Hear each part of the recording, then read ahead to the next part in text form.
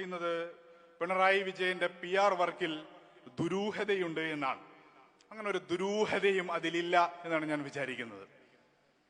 പിണറായി വിജയന് 4 PR ഏജൻസികൾ, ചില വസ്തുതകൾ ഈ യോഗത്തിന്റെ മുന്നിൽ വെക്കാൻ ഞാൻ ആഗ്രഹിക്കുന്നു. 4 PR ഏജൻസികൾ പിണറായി വിജയന് വേണ്ടി പ്രവർത്തിക്കുന്നുണ്ട്.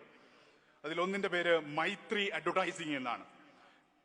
മറ്റൊന്ന് പാർട്ടിയിലെ വളരെ ഡെഡിക്കേറ്റഡ് ആയ, പാർട്ടിയിലെ ഈ ഡാറ്റ അനലിറ്റിക്കൽ നടത്തിക്കൊണ്ടിരിക്കുന്ന ഇന്റേണലായ ഒരു ഏജൻസി സംവിധാനമാണ്. മൂന്നാമത്തേത് കെയ്സനാണ്. ഈ കെയ്സൻ എന്ന് പറയുന്ന ഏജൻസിക്ക് ഒരു പണവും കൊടുക്കുന്നില്ല എന്നാണ് പിണറായി വിജയൻ പറയുന്നത്. കെയ്സൻ എന്ന് പറയുന്ന ഏജൻസി അതിന്റെ 75% ഷെയർ ഇപ്പോൾ റിലയൻസിന്റെ കയ്യിലാണ്. അതിന്റെ ഷെയർ ട്രാൻസ്ഫറിംഗ് പ്രോസസ് നടന്നുകൊണ്ടിരിക്കുകയാണ്. അതിന്റെ അല്ലാതെ CITUക്ക് ശാഖ ഉണ്ടാക്കാനല്ല പ്രസാദ് സുബ്രഹ്മണ്യൻ എന്ന് പറയുന്ന പഴയ SFI കാരൻ റിലയൻസിൽ പോയിരിക്കുന്നത്. ഈ ട്രാൻസ്ഫർ പ്രോസസ് പൂർത്തീകരിക്കുന്ന പണിക്കാണ്. റിലയൻസിന്റെ കയ്യിലുള്ള BJPക്ക് വേണ്ടി ഇന്ത്യയിലും ഓവർസീസിലും ധാരാളം PR പ്രവർത്തനങ്ങൾ നടത്തിയിട്ടുള്ള ഒരു ഏജൻസിയാണ് കെയ്സൻ എന്ന് പറയുന്നത്.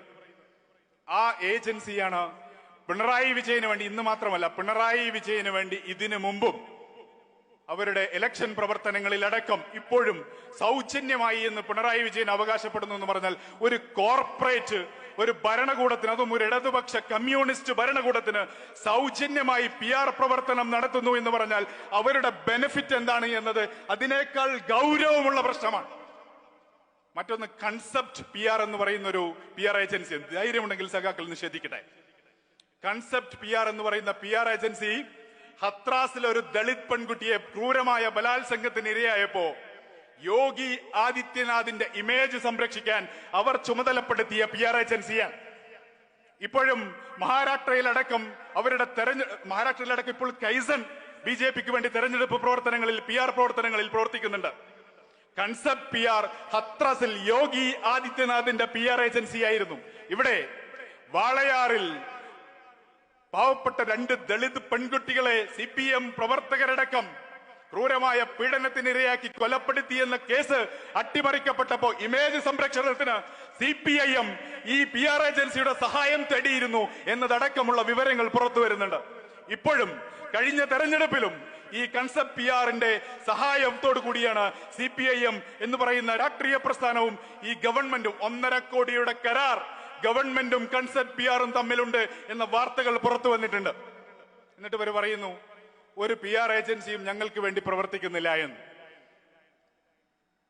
ഹിന്ദു എന്ന് പറയുന്ന ക്രെഡിബിലിറ്റിയുള്ള പത്രത്തിനെതിരെ ഒരു അവസരം കിട്ടിയപ്പോ, രക്ഷപ്പെടാൻ ഒരു മാർഗവും ഇല്ലാതായപ്പോ പത്രത്തെ അങ്ങ് തള്ളിക്കളയാം എന്ന് മുഖ്യമന്ത്രിയും പ്രസ് സെക്രട്ടറിയും വിചാരിച്ചപ്പോ മുഖ്യമന്ത്രിയുടെ തലക്കിട്ട് ഹിന്ദു നൽകിയ കിറുക്കാണ്, ആ കിക്കാണ് ഈ പറയുന്ന ഹിന്ദുവിന്റെ വിശദീകരണ കുറിപ്പ് എന്ന് പറയുന്നത്.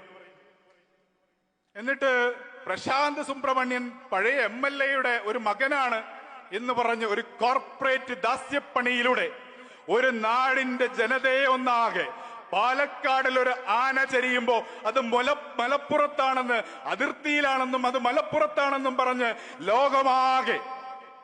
ലോകമാകെ വംശീയ വർഗീയ പ്രചരണങ്ങൾ ഈ ജനതയ്ക്ക് നേരെ നടത്താൻ കാത്തിരിക്കുന്ന ഒരു കൂട്ടരിലേക്ക് ഈ ജനതയെ ഒറ്റുകൊടുത്തുകൊണ്ട് പച്ചക്കള്ളം പ്രചരിപ്പിച്ചുകൊണ്ട് വംശീയവും ഇസ്ലാമോഫോബിക്കുമായ, മുസ്ലിം വിരുദ്ധമായ ഒരു അന്തരീക്ഷത്തെ ഉപയോഗപ്പെടുത്തിക്കൊണ്ട് തന്റെ അധികാരം ഉറപ്പിച്ചു നിർത്താം എന്ന വ്യാമോഹത്തിൽ പിണറായി വിജയൻ നടത്തിയ ഈ ക്രൂരമായ വിവേചനത്തിന്റെ, ഈ അനീതിയുടെ തുടർച്ച, ഇതിന് നൈരന്തര്യം ഇനിയും ഉണ്ടാകും എന്ന തിരിച്ചറിവ് നമുക്ക് ഉണ്ടാവേണ്ടതുണ്ട്. അക്ഷരം തെറ്റാതെ കേരള ബാൽ താക്കറെ എന്ന് വിളിക്കാവുന്ന വംശീയവാദിയാണ് പിണറായി വിജയൻ എന്ന് പറയാൻ ഞാൻ ആഗ്രഹിക്കുന്നു. ആരാണ് TP ചന്ദ്രശേഖരനെ കൊലപ്പെടുത്താൻ തീരുമാനിച്ചത്?